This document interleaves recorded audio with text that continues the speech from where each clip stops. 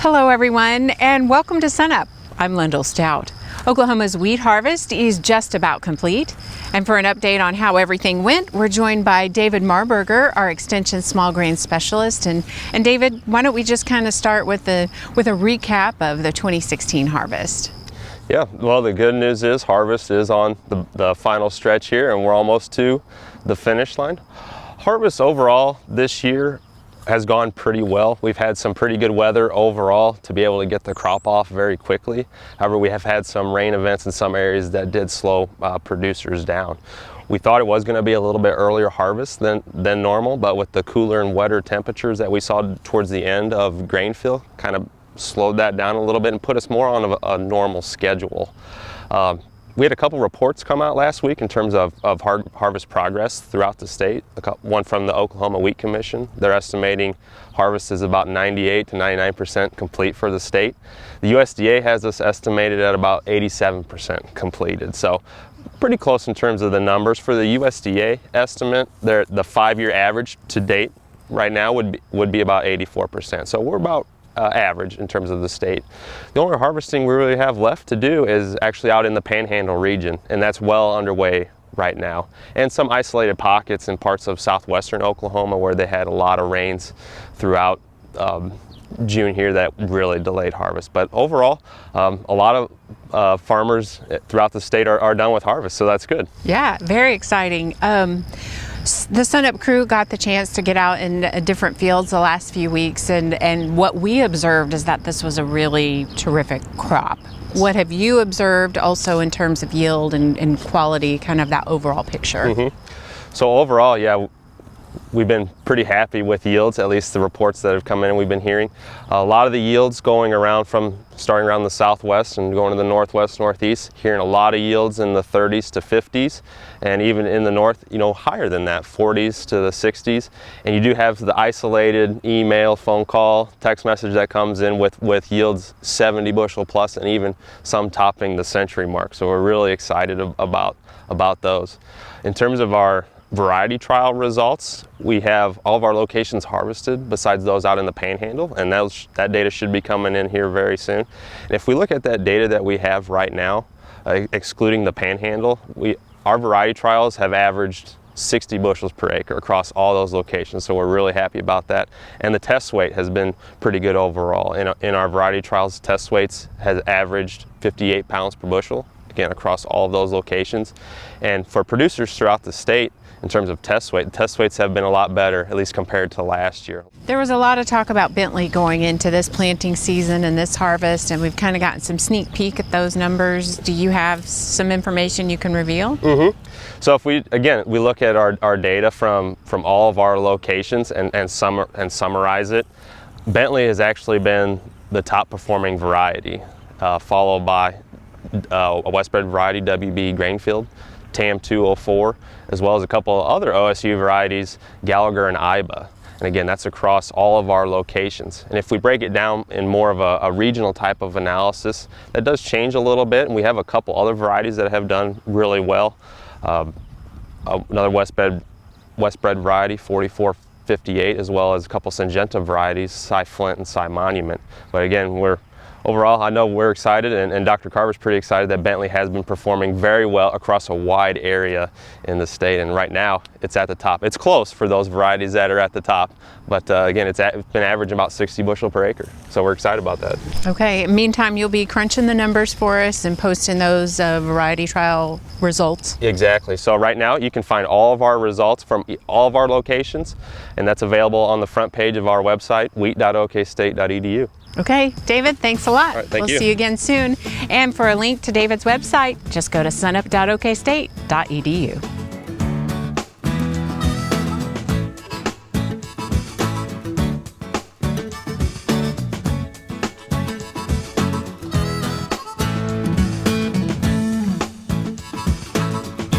Hi, I'm Al Sutherland with your Mesonet weather report. Wheat and hay harvests have been a challenge this year. The challenge has been trying to get everything to the barn before the next rain. It seems like it has rained somewhere in the state every day this June. A map of the 30-day rainfall through June 29th shows how heavy some of that rain has been. The Mesonet Acme site near Rush Springs collected 12 65/100 inches of rain. There are a lot of red areas in the south central and southwestern portions of the state. The red areas are estimated to have received 8 or more inches of rain. What is interesting about this rainfall map is the flipped rainfall pattern with a wetter panhandle west and southwest and lots of blue areas in the northeastern portion of Oklahoma that received less than an inch during most of June. The moisture in the state has kept our humidities higher than normal, and that has led to more plant disease issues. Most of us aren't growing peanuts, but we can use a map of peanut leaf spot hours since May 1st to locate disease hotspots. The red areas in the southeastern part of the state have had perfect fungal disease conditions, but this year even the panhandle has more disease hours than most years. You may have already been applying fungicides. Until we get into drier weather, check the label and retreat if necessary. Here's Gary with a closer look at our flipped rainfall pattern. Thanks, Al. Good morning, everyone.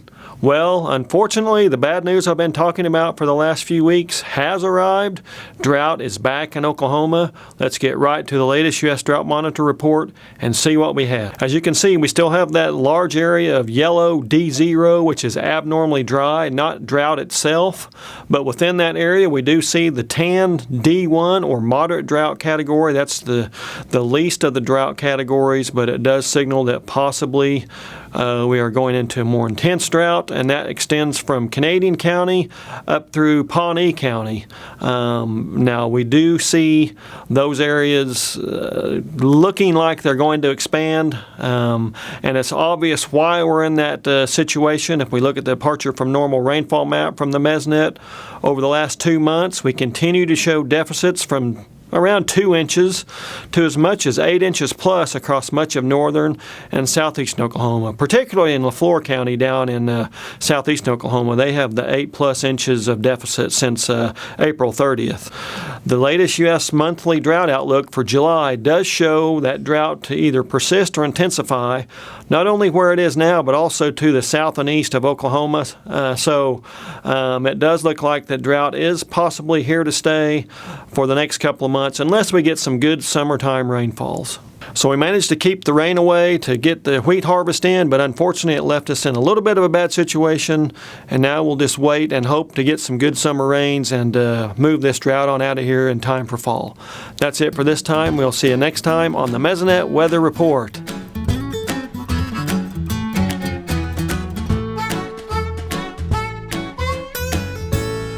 With all the rain we've seen in Oklahoma, we could also see a lot more mosquitoes this summer. For some advice, here is our Extension Livestock entomologist, Justin Talley. Yeah, with any given year, you're going to have a mosquito population, but certain years you may have more than others due to the amount of moisture that is just in the environment. So this year we've had pretty decent moisture with the recent rainfalls, and as they come through the state of Oklahoma, that allows certain areas to breed mosquitoes. So given this year and in that we had a pretty mild winter, we'll probably have a pretty significant mosquito population as long as the moisture stays around. The types of mosquitoes in Oklahoma can vary depending on their breeding habitat. 3 types of breeding habitat that we look at in Oklahoma are what we call floodwater mosquitoes, transient water mosquitoes, and then our container breeding mosquitoes. With floodwater mosquitoes that could come in with significant rainfall amounts, those can harbor the large mosquitoes known as Saurophora, sometimes called golly nippers. And with those, we're not too concerned about disease transmission on the whole, but they can have a very painful bite, and homeowners and anybody within Oklahoma can see these as they feed on you. The other kind, the container breeding mosquitoes, are what we are concerned about, and those can harbor certain viruses that we're really concerned about getting into the U.S. and into Oklahoma, which can include Zika virus. And these container breeding mosquitoes are usually associated with urban or suburban environments, but we can find them in anywhere throughout Oklahoma, because anything that can harbor water in a small container, whether it's a tree hole or a bird bath or any kind of container within a homeowner setting that can hold water for at least 10 to 20 days, can harbor these types of mosquitoes. And those that are going to be involved with significant viruses such as dengue virus, chikungunya, and Zika virus as well. The other type, which is associated with transient water, are called Culex mosquitoes, and that's the main mosquito that we're looking at for West Nile virus transmission. And with those, we have to be careful, because it's not only the water that we see, it's the water that we don't see. So in storm drains, where these mosquitoes can breed in significant amounts to have a population that's going to cause an impact and disseminate West Nile virus at a pretty high rate. And with Zika virus, if we do see a local transmission in Oklahoma, the Department of Health will be involved. In fact, Dr. Christy Bradley has a surveillance program in place right now to look for mosquitoes that could be carrying Zika virus, as well as Dr. Bruce Noden within the Entomology and Plant Pathology Department at Oklahoma State. You need to protect yourself, because it just takes one mosquito to feed on you that's infected to transmit that virus. And with that, there's no way to tell which is an infected versus an uninfected mosquito. You just need to treat all mosquitoes equally and protect yourself, and then get rid of any kind of standing water on your local property. With the livestock industries in Oklahoma, there's one main one that we're particularly concerned about with mosquitoes, and those are the horses. And with horse owners, they need to just stay up to date with their vaccine protocols for West Nile virus, and make sure they implement that booster as well. If they don't implement the booster, it doesn't allow that vaccine to work properly. But once they're vaccinated and up to date with the booster, then usually we're not even concerned about how much mosquitoes are out there. Brexit's been in the news. Now, Daryl, how does that affect beef? Well, I think there's several stages to the impacts of the British exodus from the EU. Obviously, the first one is just a lot of uncertainty. Markets have been in turmoil this week. The principal impact on ag markets in general, and beef in particular, is through the exchange markets, the currency exchange. Obviously, stock markets are reeling still a bit as well in a more general macroeconomic sense. But the uncertainty is the first stage, and some of that will subside here relatively quickly as we get past the initial shock and past some of the initial uncertainty. I think the second stage then will be a transition, which probably will take several years. We don't know the timeline. That's part of the uncertainty in the short run. But even once it's announced, they're saying a couple of years to negotiate. But really, the final transition probably takes 3 to 5 years. And then the final stage will be sort of whatever permanent impacts still exist at the end of that.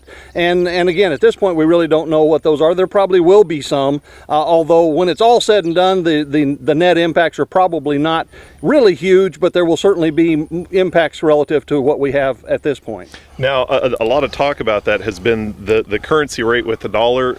How's that going to affect potential beef prices? Well, for many months now, we've had a strong dollar. That's presented headwinds from a trade standpoint for beef in terms of hindering exports, making our beef more expensive, and also supporting imports of beef. This adds to that by making the dollar even stronger. The uncertainty has had global markets, and it's not just the pound, the British pound, or even the euro, which are directly impacted by this agreement, but really it's impacting most currencies. It's made the dollar stronger to most currencies. efficiencies. So it's a much more global effect, and that just adds to those headwinds here as we go forward. It's going to slow down the sort of correction that we've been anticipating in beef trade that will get better over time, but now this probably means it'll take even a little bit more time. Here we are the first weekend in July, and we're at the halfway point in 2016. Can't believe that. Where are we looking as far as beef prices go? Well, you know, at the middle of the year is seasonally the peak in beef production. Cattle slaughter has been large. We know we're moving generally into larger supplies anyway. And so, you know, beef production is kind of at the seasonal peak. We've seen, you know, wholesale beef prices and fed cattle prices come down recently. We've got, you know, everything's already in place for 4th of July. And so now we're looking past that into the rest of the summer and so on. In general, we've got that seasonal pressure and we've got the underlying growth in beef production. At the same time, I would argue that we're in pretty good shape right now. The beef industry, the feedlot industry in particular, is more current now. Cattle carcass weights have come down. So even though we know we have challenges ahead with more supplies, I think we're in pretty good shape right now to handle that. And the other indications are that beef demand is remaining very strong. So again, challenges ahead, more supplies ahead, and at the same time we're in pretty good shape. Okay, thank you much. Daryl Peel, Livestock Marketing Specialist here at Oklahoma State University.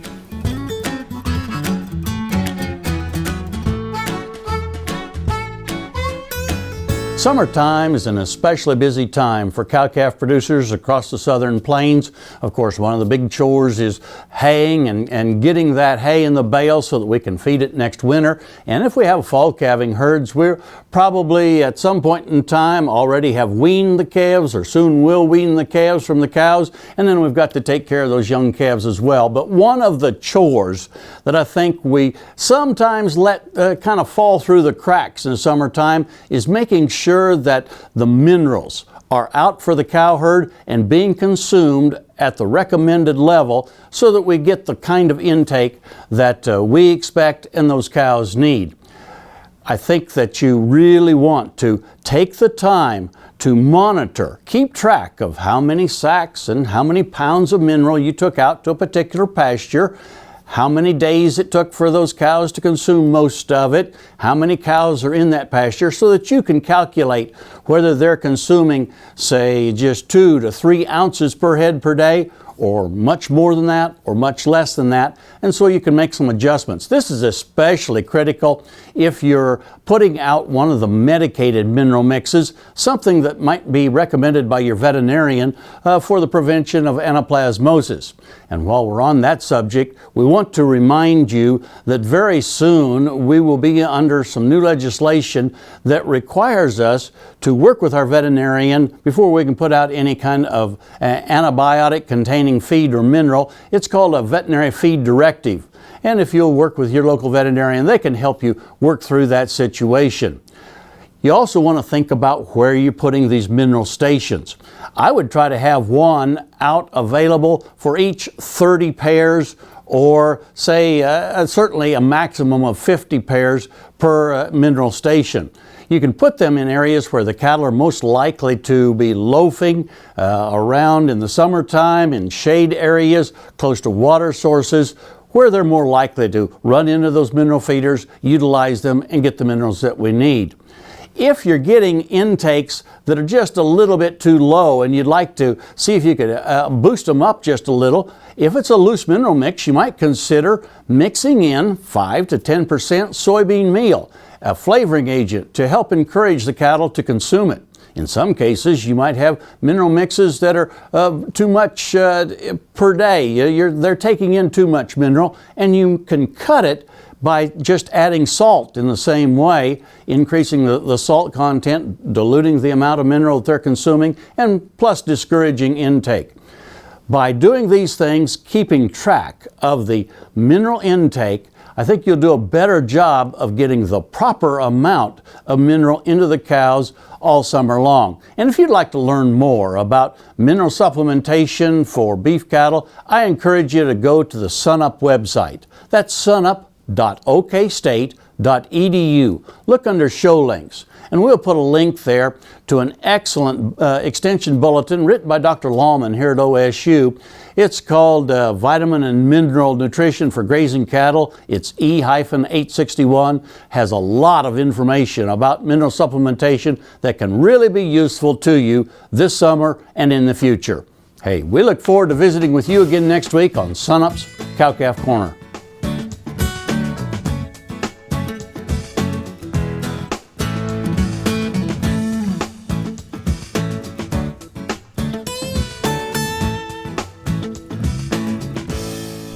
Kim Anderson, our crop marketing specialist, joins us now. Kim, as harvest winds down, wheat prices in the 320 range, a lot of people want to know how much lower will they likely go? Well, there's no telling how low wheat prices will go. Right now, I think we're near the bottom. I've thought that 20, 30 cents ago. They keep going down. But we got to remember, we've got several million bushels of wheat on the ground that are not in permanent storage. And that wheat's going to have to move out into the market. We also know that for the most part, U.S. wheat prices are above the world price. So it needs to come, that price needs to come down some more so we can get that product out on the market. So I look at it and I think we've probably got another 20, maybe 30 cents to go down. But if you look back at 2009, Oklahoma wheat prices were in the low $2 range for a while, and down in Frederick in that area it was down to $1.98. So I mean, we could take another $1 off this market. I don't think we're going to, but it is possible. In terms of business, what can producers do to protect themselves from even more of a drop? I think the biggest thing they can do right now, or the best tool at their disposal, is the market assistance loan with the Farm Service Agency. Right now, wheat prices in Oklahoma are within 15 to 20 cents of that loan, and that loan will put a floor under prices. It'll guarantee them a floor. Over the next 9 months after they go in the loan, if prices go up, then they can take advantage of that price. They'll pay a little storage, which they'd had to pay anyway, and they'll pay 1.5% to 2% interest on the loan. So I think that's a good alternative that they can use right now. What do you see happening then to market prices? Well, as we were talking about with market prices, we got to move this wheat at least off the ground, and probably more wheat than that, because we've got the summer crop harvest coming up. Corn's looking good, sorghum's looking good, beans are going in the ground and looking relatively good. We've been getting timely rains. We've got to put a lot of product in the bin this year, and to do that we have to move some product, and to move product you got to lower the price to get it on there. So I'm cautiously optimistic, like I said, another 20 or 30 down on wheat. Maybe it will, next week is going to be critical. If we can get higher prices after July the 4th, that next week, then I think we'll have probably bottomed out and we'll be moving up. Talk a little bit more about how these market assistance loans work. I think what producers should do is call their county FSA office and get them to explain it and get the information, or they can go to the web, go to fsa.usda.gov, then click on Program and Services, click on Price Support, click on Commodity Loans, and then they'll either select Non-Recourse MAL Market Assistance Loan, and they'll get the fact sheet, tell them about it, or they can click on County PCP data and look at the posted county price and the loan rates and get that comparison. Okay, Kim Anderson, thanks a lot. Have a happy 4th of July.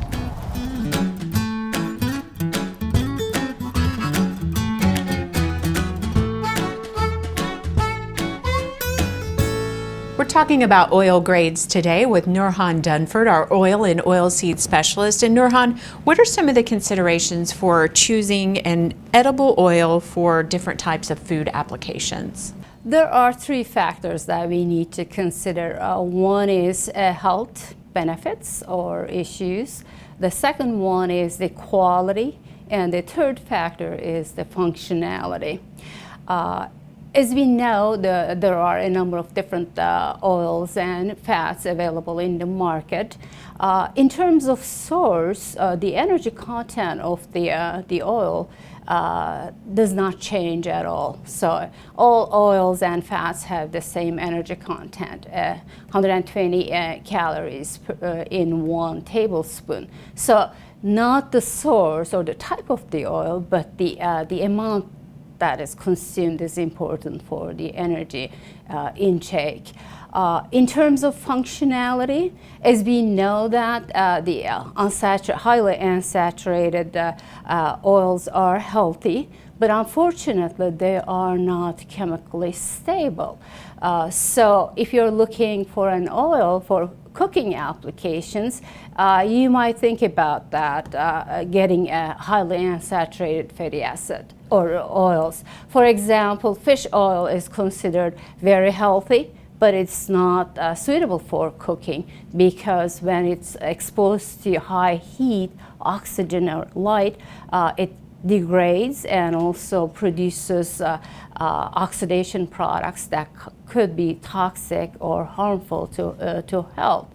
And then the other issue is the quality. If the oil is not processed, refined, and handled properly, again, there might be some chemical residues, pesticides, or oxidation products that could be really toxic to human health.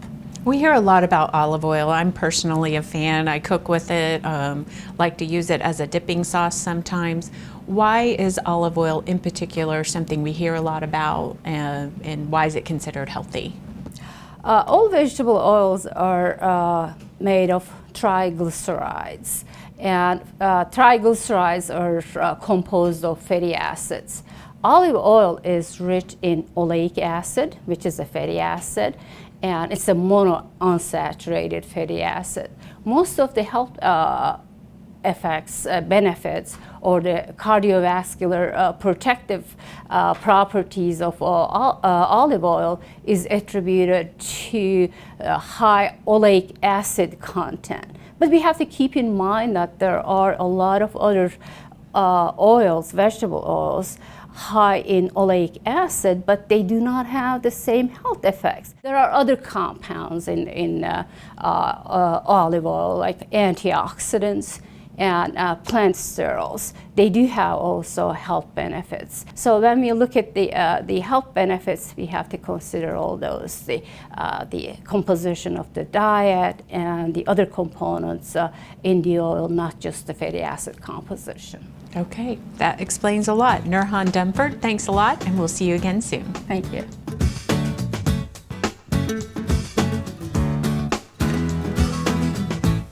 That'll do it for us this week. Remember, you can find us anytime online at sunup.okstate.edu, and also follow us on YouTube and social media. I'm Lyndall Stout. Have a great week, everyone, and remember, Oklahoma Ag starts at sunup.